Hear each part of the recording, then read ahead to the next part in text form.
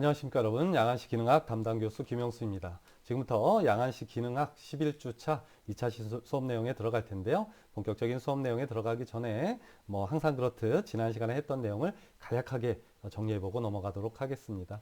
지난 시간에 학습했던 내용의 가장 핵심이 되는 내용은 사위를 측정하기 위한 다양한 방법 중에서 융합을 완전히 제거시켜서 검사하는 검사법을 융합 제거 사위검사법이라고 얘기했고요.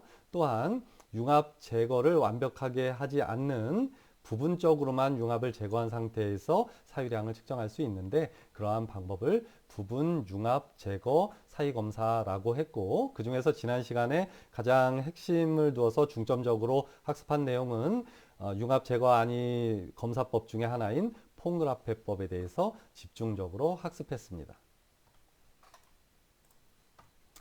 이번 시간에는 부분 융합 제거 아니 사위와 완전 분리 융합 제거 사위, 달리 얘기하면 융합 제거 아니 사위 검사에 대해서 내용을 학습할 거고요. 여러분들은 이런 내용을 학습함으로써 사위 검사법에 대한 기본적인 지식을 익힐 수 있고, 더 나아가서 다양한 사위 검사법을 사용해서 정확한 아니 상태를 평가할 수 있는 안경사로서의 역량을 기를 수 있습니다.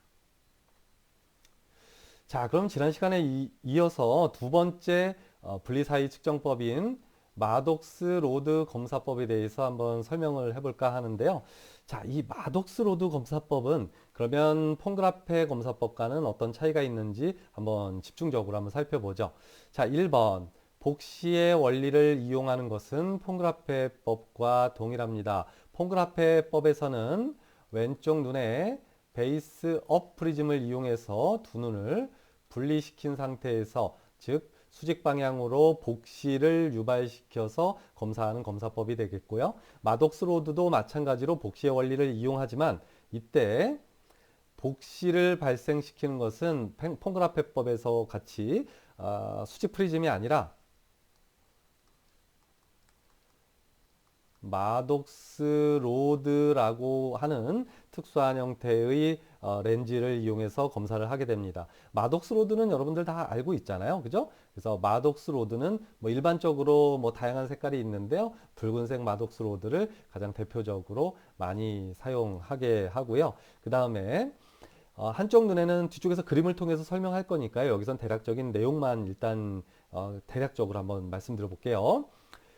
한쪽 눈에다가, 예를 들어서 오른쪽 눈에다가 수평 방향으로 마독스 로드를 장입한 상태에서 눈앞에 펜라이트 등의 불빛을 비추게 되면 마독스 로드, 수평 방향으로 장입한 마독스 로드를 통해서 바라보는 펜라이트는 붉은색 수직선의 형태로 보여지고요.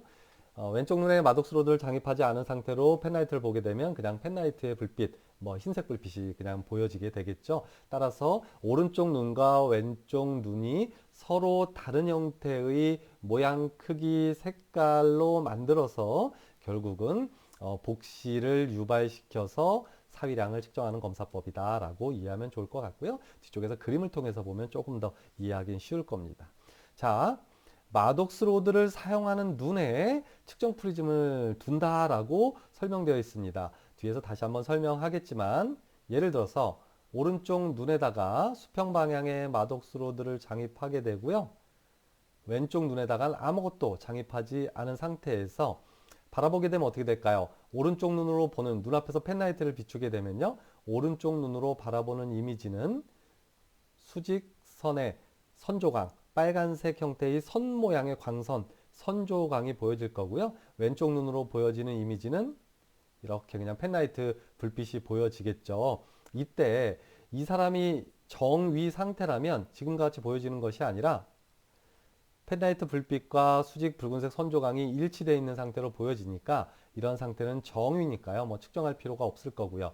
지금 오른쪽 그림에서 보는 것과 마찬가지로 수직 선조각과 펜라이트가 일치하지 않고 복시 상태가 나타난다면 이 어긋나 있는 상태를 수평 프리즘을 이용해서 하나로 결합시켜서 정의 상태인 것처럼 될 때까지 프리즘을 부과하게 되겠죠. 이때 수평 프리즘을 부과하는 것은 바로 이 마독스 로드를 장입한 곳에다가 베이스 인 프리즘, 베이스 아웃 프리즘 또는 베이스 인 프리즘을 부과해 가면서 아니 상태에 따라서 두 개로 어긋나 있는 복시 상태를 하나로 될 때까지 프리즘 양을 점차 높여주면 되겠습니다. 이때 측정 프리즘은 마독스 로드를 장입한 눈에다가 장입한다는 것이 중요할 것 같습니다. 또한 이 검사법도 폰그라페법과 마찬가지로 사시와 사이를 구분하지 못하기 때문에 예비 검사 차원에서 안경사들은 항상 어떤 검사를 시작하기 전에 예비 검사 차원에서 사시인지 사위인지를 구분하는 그런 습관을 들이는 것이 중요하겠습니다. 자, 이제 폰그라페법과 관련된 장점을 하나 설명할까 해요. 그러니까 이 마독스 로드 검사법과 폰그라페법 중에서 어떤 게 더 정확하냐라고 물어보면 어떤 사람들은 뭐 폰그라페법이 더 정확할 수 있다라고 얘기하는 사람들도 있을 거고요. 어떤 사람들은 마독스 로드 검사법이 더 정확하다라고 하는 사람들이 있겠지만 어찌됐든 폰그라페법의 법과 비교해서 마독스 로드 검사법의 장점은 결국은 아까 뭐라고 얘기했나요? 폰그라페법의 가장 큰 문제는 두 눈으로 바라보는 복시 상태의 시표의 모양, 크기, 색, 선명도가 모두 동일하기 때문에 분리를 시켰는데 분리시킨 두 눈의 융합을 제거한 상태에서 완벽하게 제거시킨 상태에서 아니 상태를 평가해야 하는데 어떻게 되는 거예요? 융합이 자꾸 개입되니까 결과치가 부정확해질 수 있다 했잖아요. 근데 마독스 로드 검사법은 어떤가요? 오른쪽 눈으로 보는 건 빨간색 선조각, 왼쪽 눈으로 보는 이미지는 그냥 펜라이트, 뭐 흰색 불빛이 보여지게 되잖아요. 오른쪽 눈으로 보는 시력표와 왼쪽 눈으로 보는 타겟, 시표가 모양이 같은가요? 아니죠. 크기가 같은가요? 아니죠. 색깔이 같은가요? 아니죠. 선명도가 같은가요? 아니죠. 선명도도 당연히 다르잖아요. 마독스 로드 눈앞에 대고 뭐 안기름 검사 시간에라거나 이런 데 실습해봤잖아요. 당연히 이 선조각이 보이긴 하는데요. 이 선조각이 흐리게 보여요. 그래서 펜라이트 불빛보다는 당연히 마독스 로드를 통과해서 눈으로 들어오는 거기 때문에 선명도가 상대적으로 좀 떨어집니다. 어찌됐든 두 눈으로 인식하는 타겟의 모양, 크기, 색깔과 선명도의 차이가 모두 같지 않기 때문에 결국은 융합을 하려는 노력이 잘 들어가지 않고 폰그라페법의 법과 비교해서는 상대적으로 융합을 완벽하게 제거시킨 상태에서 검사를 할 수 있습니다. 그러면 폰그라페법과 비교한 또 단점도 있을 거 아니에요? 어떤 단점이 있을까요? 요거는 아마 조금 어려운 개념이라서 그냥 내가 바로 얘기해 줄게요. 우리 사람이 가지고 있는 이 폭주의 성분을 네 가지로 나누면 어떻게 된다고 했죠? 그렇죠. 긴장성 폭주. 또 뭐가 있나요?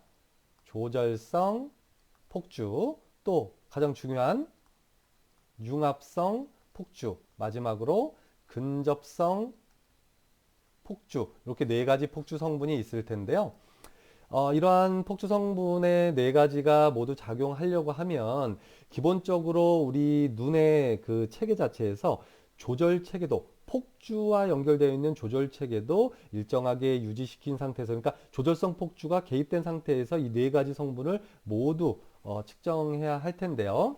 뭐 물론 융합을 제거하기 때문에 융합성 폭주는 들어가지 않는다라고 뭐 보는 사람들도 있겠지만 어쨌든 여기선 그 개념은 신경 쓰지 말고요.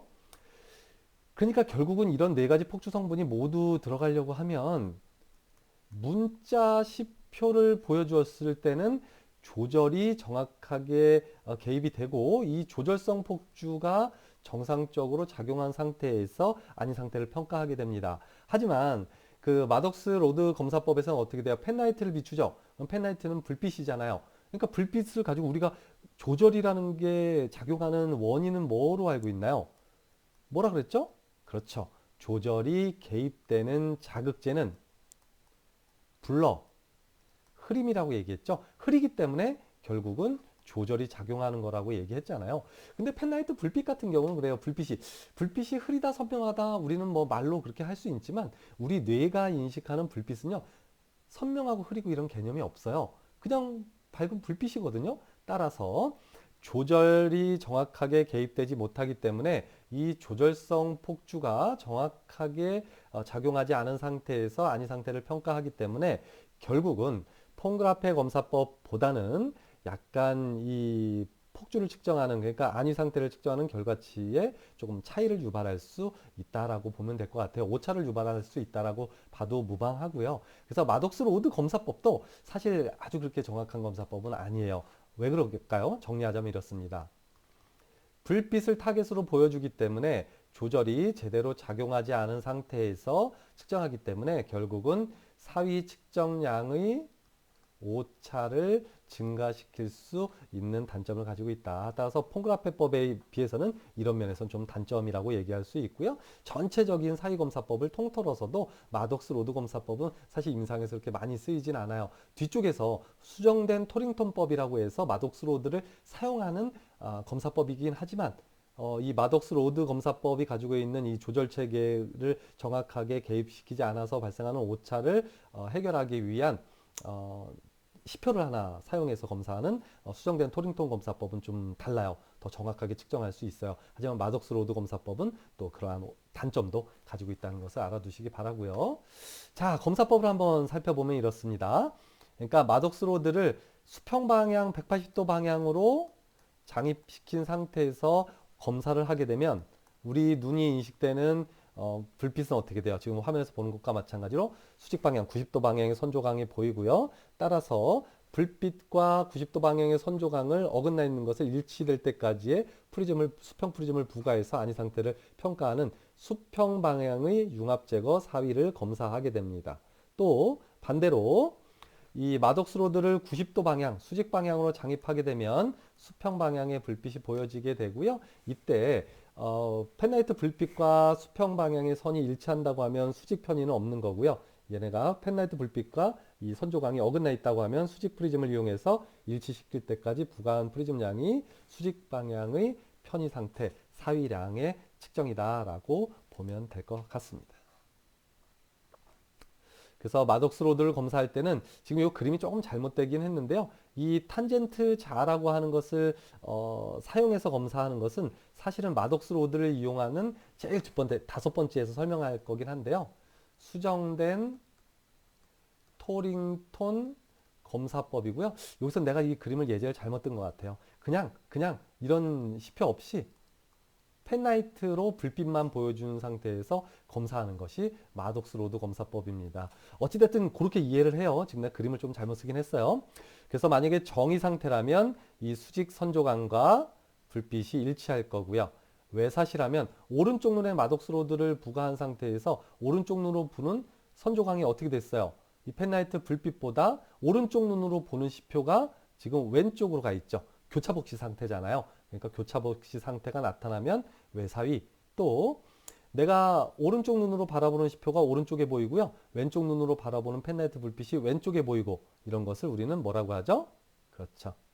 동측성 복시 상태라고 얘기하고요. 이렇듯 동측성 복시가 나타나면 내사위라고 할 수 있고요. 또한 상하 사위도 측정할 수 있게 됩니다. 결국은 이렇게 어긋나 있는 상태에서 어떻게 되는 거예요? 수평 프리즘이나 수직 프리즘을 이용해서 이 상태는 이게 아니죠. 내가 다시 설명할게요. 요 상태라면 외사위니까요. 오른쪽 눈에다가 프리즘을 부과하는 거니까요. 베이스 인 프리즘을 부과하게 되면 이 수직선이 이쪽으로 이동돼서 여기 펜라이트 불빛과 일치하게 되겠죠. 그때까지 부과한 프리즘이 3프리즘 다이옵터라면 3프리즘 으르렁 외사위구나 라고 평가를 하게 됩니다. 이렇듯 마독스 로드와 펜라이트를 이용해서 눈의 융합을 제거한 상태에서 아니 상태를 사위량을 측정하는 것이 바로 마독스 로드 검사법이다 라고 생각해 주면 좋겠습니다. 자, 이건 참고적인 건데요. 사실 이거는 몰라도 상관없는 건데요. 그래도 한번 간단하게 한번 얘기를 한번 해줘 볼게요. 근데 중요하기는 해요. 왜냐하면 지금 우리가 다루는 이 양안시 파트에서 그냥 기초적인 내용에서는 중요하지 않지만 실질적으로 조금 더 임상에서는 심화해서 학습하기에는 좀 중요한 얘기라서 그냥 언급하고 넘어가는 거예요.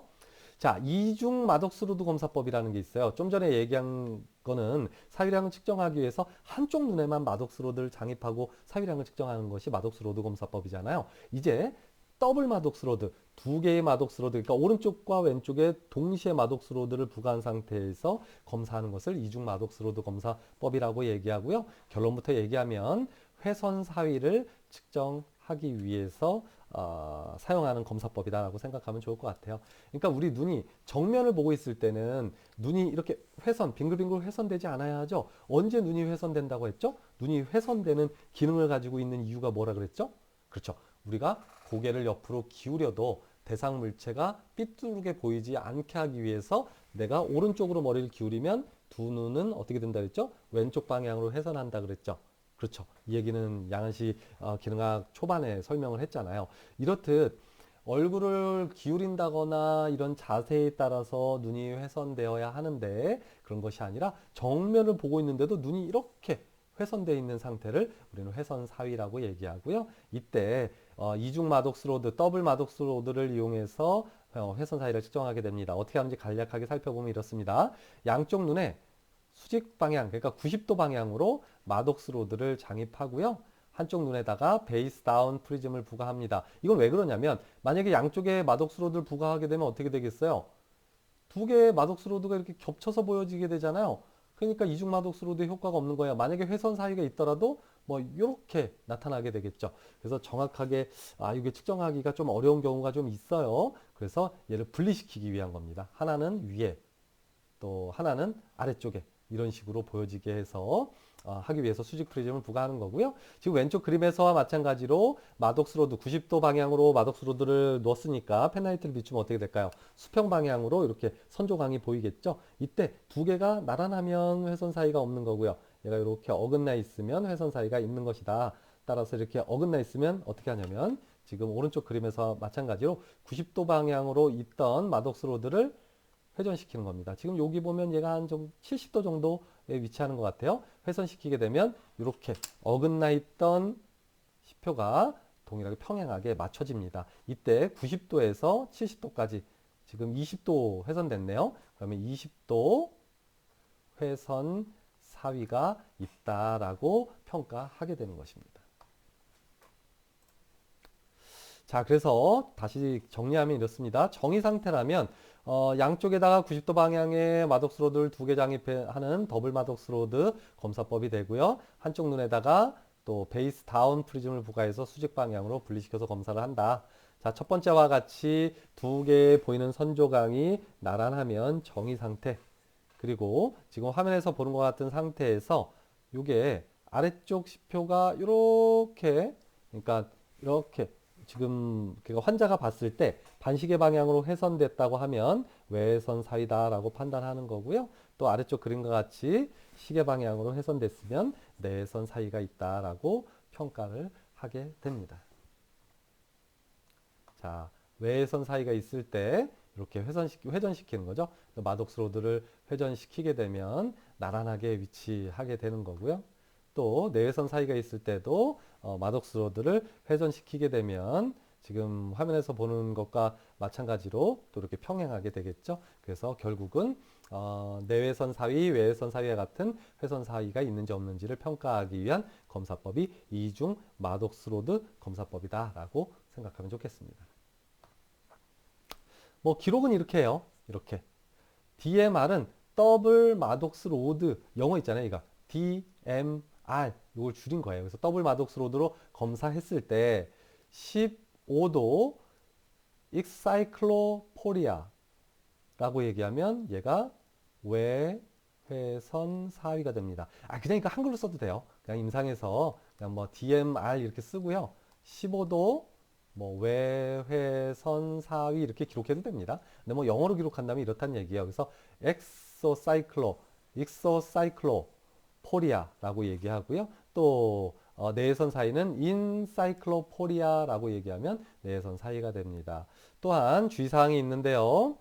선천적이거나 아주 이 회선 사이가 오래된 경우에는 이런 선조광의 편의가 나타나지 않는 경우도 있습니다. 그러니까 실질적으로 눈이 훼손되는 회선 사이가 있는데 그 회선 사이에 이 머리가 감각적으로 적응한 거예요. 그러니까 한쪽 눈이 이렇게 훼손이 돼 있으니까 이 사물들이 이렇게 한쪽 눈으로 보는 게 오른쪽 눈으로 보는 대상 물체가 이렇게 좀 기울어져 보이잖아요. 그러니까 오른쪽과 왼쪽 눈으로 보는 이미지의 각도가 달라지기 때문에 이거 사실 융합하기가 어렵거든요.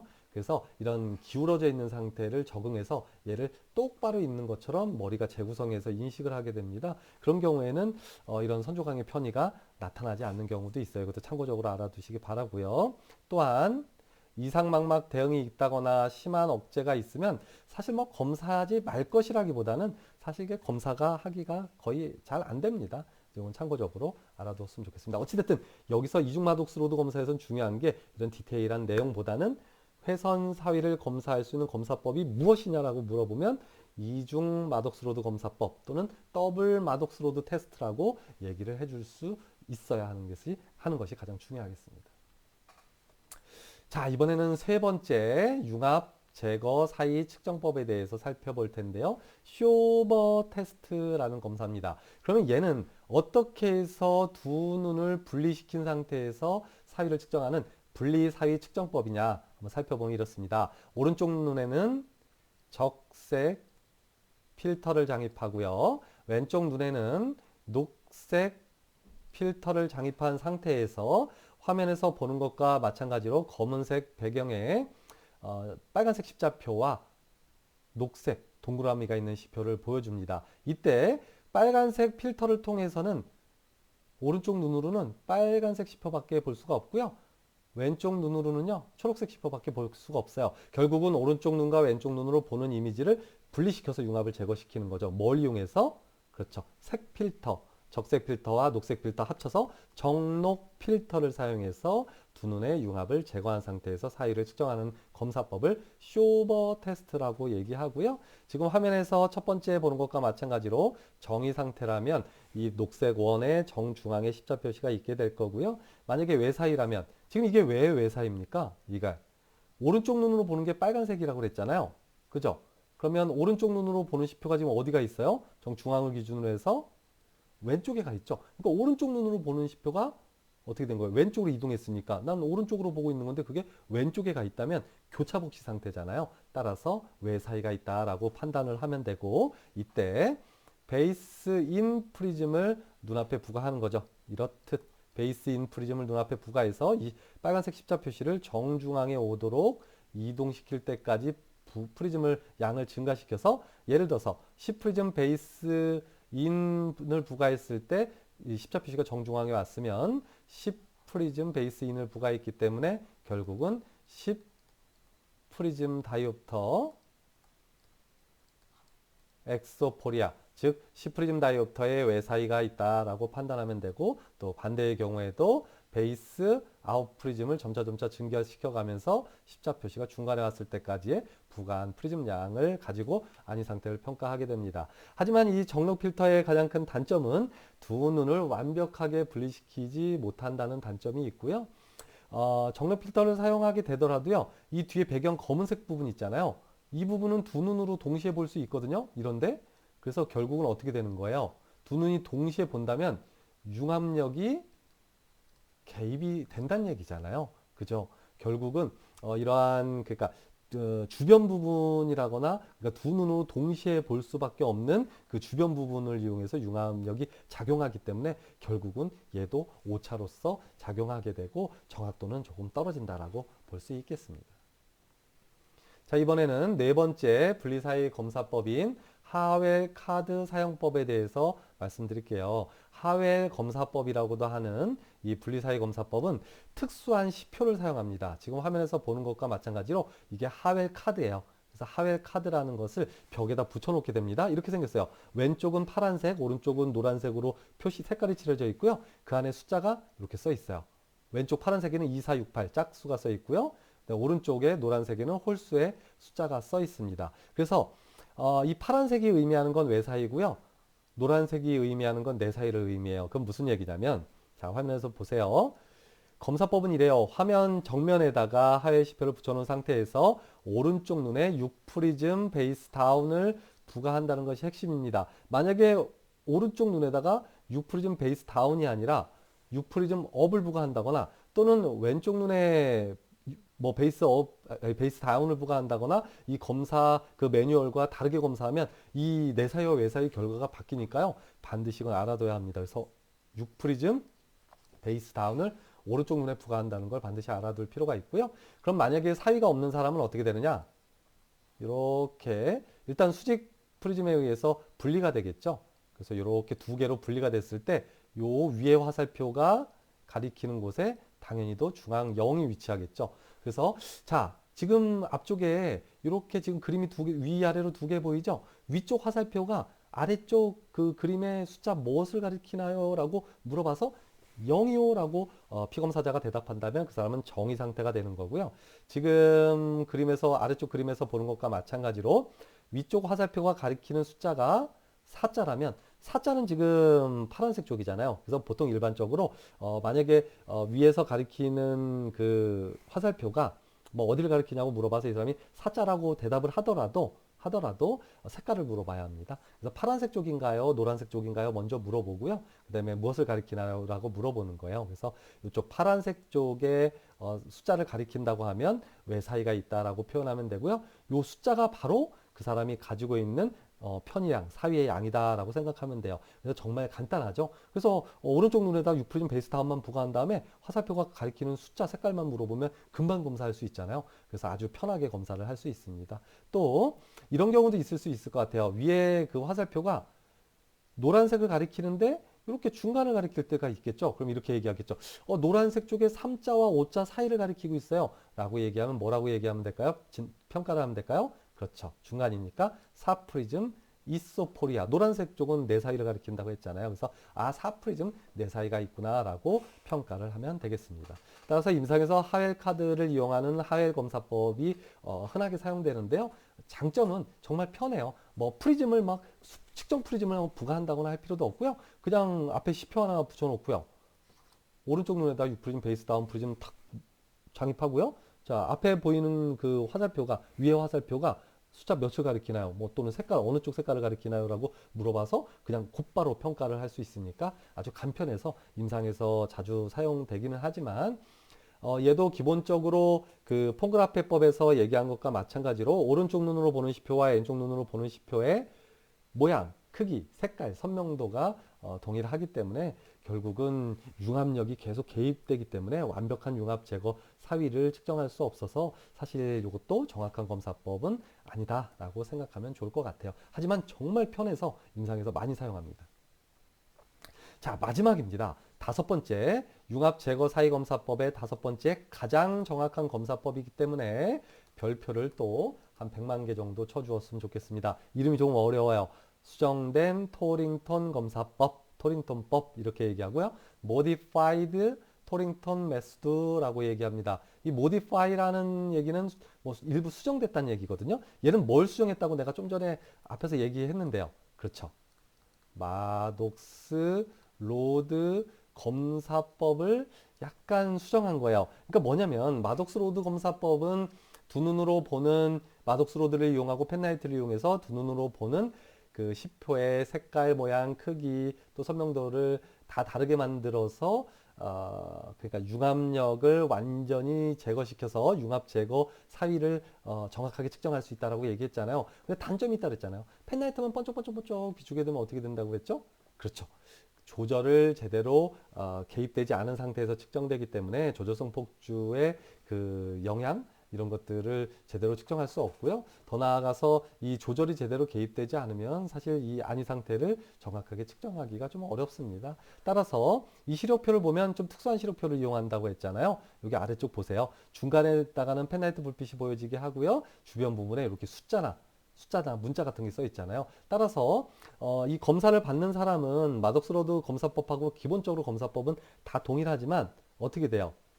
어떻게 됩니까? 우한에 마독스 로드를 어떤 방향으로 부과해 볼까요? 자, 수평 방향으로 이렇게 장입하게 되면 선조각이 어떻게 보이죠? 그렇죠. 이렇게 수직선으로 보여지게 되죠. 그리고 이 주변의 숫자들을 이용해서 또 조절 통제도 정확하게 이루어지면서 검사를 시행하게 되고요. 만약에 그림에서 보는 것과 마찬가지로 오른쪽 눈으로 봤을 때 여기 선조각이 왼쪽에 6자를 가리킨다라고 얘기하면 교차복시죠. 그래서 6프리즘 외사이가 있구나라고 평가를 할 수 있습니다. 자, 한번 애니메이션을 통해서 보죠. 지금 그림에서 보는 것과 마찬가지로 이렇게 왼쪽 방향에 6의 이 선이 와 있어요 라고 얘기하면 6프리즘 으르렁이 있는 거구나, 엑소포리아가 있는 거구나 라고 생각하면 되고요. 자, 오른쪽 요 선조각이 빨간색 선이 이제 검사 받는 피검사가 이렇게 얘기하겠죠. 빨간색 선이요. 아니, 아까 내가 여기 오른쪽에 하거든요. 왼쪽이 아니라 오른쪽 방향 14를 가리키고 있어요 라고 얘기하면 14 프리즘 이소포리아 내 사이가 되는 겁니다. 내가 아까 여기 얘기 잘했죠? 왼쪽에 있다, 오른쪽에 있다. 어찌됐든 왼쪽에 빨간색 이 선조각이 보여지면 외 사이를 나타내는 거고요. 네, 오른쪽에 빨간색 선조각이 나타나면 내 사이를 나타낸다. 그래서 측정도 아까 그 하회검사법과 마찬가지로 아주 심플하잖아요. 그냥 요 특수한 시력표를 하긴 하지만 뒤에 펜라이트가 꽂혀져 있어요. 그래서 요걸 들고 불빛을 비춘 상태에서 그냥 곧바로 측정하고 숫자만 오른쪽에 있냐 왼쪽에 있냐 이 빨간색 그 선이 물어보고 그 숫자만 물어봐서 간편하게 측정할 수 있고요. 이 검사법은 마덕스로드를 이용해서 두 눈을 완벽하게 융합을 분리시킬 수 있고요. 더불어서 주변 부분에 보여지는 그 숫자 등을 이용해서 조절을 적절히 통제하면서 검사를 할 수 있기 때문에 가장 정확한 분리사이 검사법, 융합 제거 사이 검사법으로 알려져 있습니다. 따라서 뭐 내가 1, 2, 3, 4, 5번 이렇게 객관식을 주고요. 뭐 폰그라페법, 마덕스로드 검사법, 또 쇼버 검사, 또 뭐 했었죠? 이전에 하회 검사, 그다음에 수정된 토링톤 검사 다음 중에서 완벽하게 융합을 제거할 수 있고 또 조절을 적절히 통제시켜서 검사할 수 있기 때문에 가장 정확하게 측정되는 융합 제거 사이 검사법은 무엇인지 고르시오라고 했을 때 수정된 토링톤법을 골라주면 되겠습니다. 자, 이제 마지막으로 부분융합 제거 사이 측정법에 대해서 설명을 해볼까 해요. 얘는 그냥 딱 한 가지라고 보면 돼요. 뭐 물론 이제 종류는 좀 몇 가지 있는데요. 그냥 간단히 얘기하면 이렇습니다. 이 앞전에 얘기한 융합 제거 아니 사이 측정법과는 다르게 편광 필터를 이용해서 검사합니다. 편광 필터와 편광 시표를 이용해서 검사하기 때문에 편광법이라고도 간단히 얘기하고요. 결국은 편광 필터와 편광 시표를 이용해서 검사하는 것은 부분 융합 제거 사이 측정법이다. 결국은 용어에서 알 수 있듯이 융합 제거가 완벽하게 되지 못하고 그냥 융합을 그냥 한 반 정도 이렇게 얘기하면 뭐 정확하진 않지만 어쨌든 그냥 반 정도만 융합을 제거한 상태에서 측정된다라고 생각하면 좋을 것 같아요. 이 부분 융합 제거 사이 검사법은 완벽하게 그러니까 완벽하게 융합을 제거하지 못하는 사이 검사법이기 때문에 일부 사람들은 뭐 정확도가 좀 떨어진다라고 생각하는 사람들도 있겠지만 여기 첫 번째, 요게 아주 중요합니다. 별표가 30만 개짜리죠. 그러면 편광법을 이용한 부분 융합 제거 사이 검사법의 장점은 무엇인가? 그 얘기입니다. 평소와 같은 양안시 상태에서, 그러니까 융합을 아까 그 폰그라페법을 예를 들어봐요. 수직 프리오리즘을 이용해서 이렇게 눈을 위아래로 분리시켜 버리잖아요. 이런 상태로 살아가는 사람이 어디 있어요? 평소에는 이런 경험을 해보지 못한 상태에서 그 사람이 가지고 있는 아니 상태를 측정하니까 이게 사실은 실제 이 사람이 가지고 있는 아니 상태일까? 약간 좀 의문은 들 수 있어요. 그런데 이 부분융합 제거 사이검사법, 편광법 같은 경우는 편광 필터를 이용해서 오른쪽 눈으로 보는 시표와 왼쪽 눈으로 보는 시표를 분리시켜서 융합을 제거하긴 하지만 이 시표의 주변 배경이라거나 뭐 이런 것들은 정상적으로 보고 또 융합도 일상생활할 때랑 똑같진 않지만 거의 유사하게 유사하게 또 융합을 작용시키면서 검사를 하기 때문에 평상시에 아니 상태를 측정한다. 라고 또 보는 관점도 있어요. 자, 요 밑에 한번 봅시다. 그래서 결국은 편광 렌즈와 편광 시표를 사용하는 거고요. 따라서 좌우 시표가 서로 다릅니다. 뒤에서 그림을 통해서 한번 보여줄 거예요. 어찌됐든 오른쪽 눈으로 보는 시표와 왼쪽 눈으로 보는 시표를 보여주어서 결국은 양쪽 눈을 융합을 일부 제거시켜서 검사한다. 두 번째, 중심와의 융합 자극을 주는 시표가 하나 있고요. 이렇게 측정할 수도 있고요. 세 번째, 중심화 융합 자극이 없는 시표를 사용하기도 합니다. 뒤쪽으로 넘어갔다 앞으로 다시 올게요. 이건 그림을 통해서 좀 설명하는 게 좋아서 그래요. 자, 이렇습니다. 그래서 부분 융합 제거 사이 검사법인 편광법에서는 지금 화면 오른쪽에 보는 것과 마찬가지로 중앙에 요 흰색 점이 있죠. 얘는 두 눈으로 동시에 볼 수 있게 만들어주는 거예요. 그래서 두 눈으로 동시에 볼 수 있는 타겟도 있고요. 그 다음에 오른쪽 눈으로는 요 수직 방향의 선만 보이도록 편광 필터를 착용시키고 편광 시표가 그렇게 제작이 돼 있어요. 또 왼쪽 눈으로는 이렇게 뭐 수평 방향만 보도록 만들어서 결국은 융합을 제거해서 검사한다. 이 오른쪽 시표를 살펴보면 차이점이 뭐냐면 중간에 융합 고시점이 없어요. 그러니까 우리가 눈을 어떤 타켓을 이렇게 바라볼 때 중앙에 있는 건 우리가 중심화를 통해서 보는 거잖아요. 다시 앞으로 돌아가 볼게요. 따라서 중심화에 융합 자극이 있는 시표를 사용하거나 중심화 융합 자극이 없는 시표를 사용해서 두 번 검사를 할 수 있는데요. 일반적으로 사위 검사를 할 때는요. 중앙에 그 중심화 융합 자극점이 없는 것으로 그냥 사용해서 사위를 측정하는 것이 그냥 일반적입니다. 하지만 이 부분 융합 제거 그 사위 측정법의 장점은 중앙에 중심화 융합을 하도록 만드는 융합 자극점이 있는 시표를 사용해서 한 번 더 측정을 하게 되면 어떤 장점이 있냐면 주시 편차를 측정할 수 있다는 장점을 가지고 있어요. 그래서 처음에 중심화 융합 자극점이 있는 시표를 가지고 사위를 한번 측정하고요. 두 번째 중앙에 그 중심화 융합 자극점이 없는 시표로 측정을 해서 두 개의 결과값을 빼주게 되면 예를 들어서 2번 같이 중심화 융합 자극점이 없는 시표로 측정했을 때의 사위량이 10프리즘 외사위가 측정되었고 중심화 융합점이 있는 시표를 이용해서 검사했을 때 뭐 5프리즘 다이옵터 외사위가 측정되었다면 두 개의 차이가 5프리즘 다이옵터만큼 차이가 나죠. 그래서 얘가 바로 주시 편차의 크기다라고 생각하면 좋겠습니다. 내가 지금 시간이 없어서 시간이 너무 많이 흘러서 사실은 좀 더 디테일한 설명을 못하고 있는 거긴 한데 그래도 이 정도만 일단 알아두세요. 근데 엄밀히 말하면 아까 얘기한 것처럼 중심화 융합 자극이 있는 그 시표와 평광시표와 중심화 융합 자극이 없는 그 시표를 사용해서 두 개의 값을 빼준 게 사실은 주시 편차의 크기는 아니에요.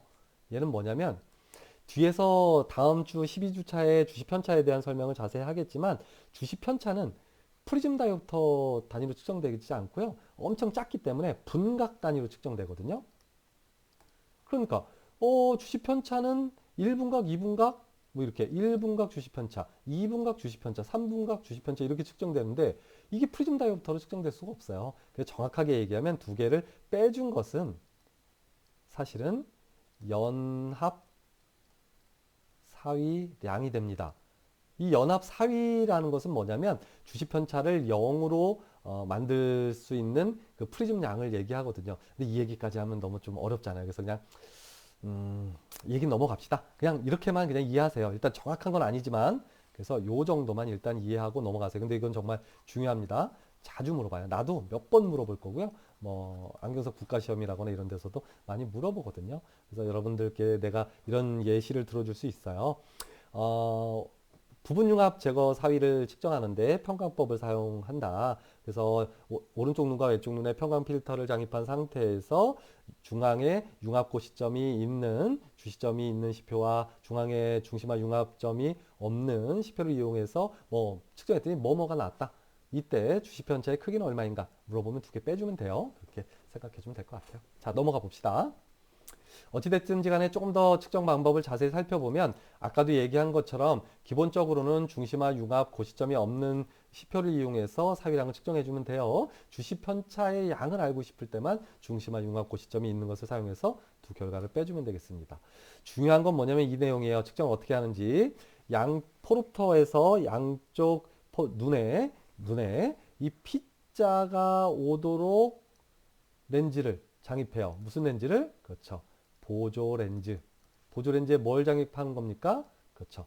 평광 렌즈 또는 평광 필터라고 하는 평광 필터를 장입한 상태에서 지금 여기 오른쪽에 보여지는 것과 같이 중심화 융합 고시점이 없는 이런 십자 시표를 보여준 상태에서 검사를 하게 됐을 때 정의 상태면 얘가 어긋나 있지 않을 거고요.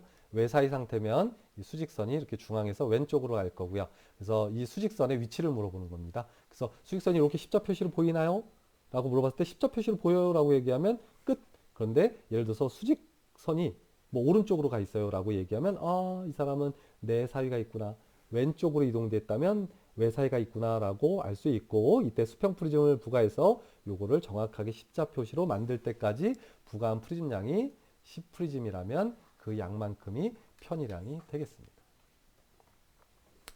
자, 이것으로 분리융합 제거 사위 5가지와 부분융합 제거 사위 검사 1가지를 알아보았습니다. 결국은 이렇게 돼요. 그래서 융합 제거를 시킨 상태에서 측정하는 다양한 사위법이 실질적으로 임상에서는 많이 사용되고 그 중에서 수정된 토링토법이 가장 정확하다라고 판단하시면 될 것 같고요. 그다음에 부분융합 제거 사위 검사는 주로 사위량을 측정한다기보단 사위량을 측정할 수도 있지만 일반 시생활에 거의 근접하도록 융합을 일부만 제거한 상태에서 검사하는 사위검사법이다. 이 검사가 주로 많이 사용되는 이유는 그 측정된 결과를 가지고 즉 중심화 융합 고시점이 있는 시표와 중심화 융합 고시점이 없는 시표로 2번 다 사이량을 측정해서 그 차이를 빼주면 주시 편차를 측정할 수 있는 장점을 가지고 있다라고 정리해주면 좋겠습니다.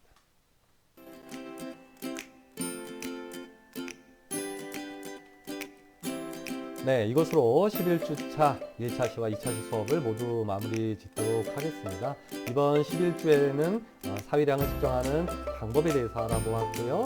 그 중에서 가장 대표적인 분리사위 측정검사법, 달리 얘기하면 융합 제거 사위검사법, 또 부분융합 제거 사위검사법을 이용해서 사위량을 측정할 수도 있는데 특히 이 부분융합 제거 사위검사법은 주시 편차를 측정할 수 있는 아주 중요한 검사법이다라고 정리해주면 좋겠습니다. 또한 이러한 내용에 대해서 조금 더 심화된 내용을 살펴보고 싶다면 교재 188페이지에서 199페이지까지의 내용을 정독해 보시면 좀 더 심화된 내용을 학습할 수 있고요. 또한 이 클래스의 자료실에 요 참고 사이트를 올려놓도록 하겠습니다. 그래서 참고 사이트에 접속해 보면 이런 사위량과 관련되어 있는 참고적인 자료를 학습하실 수가 있습니다. 이것으로 양한식 기능학 11주차 2차 수업을 모두 마무리 짓고 다음 주에 계속해서 수업 내용에 들어갈 텐데요. 다음 시간에는 주시 편차에 대한 내용을 집중적으로 다루도록 하겠습니다. 이것으로 11주차 수업을 모두 마무리 짓도록 하겠습니다. 안녕.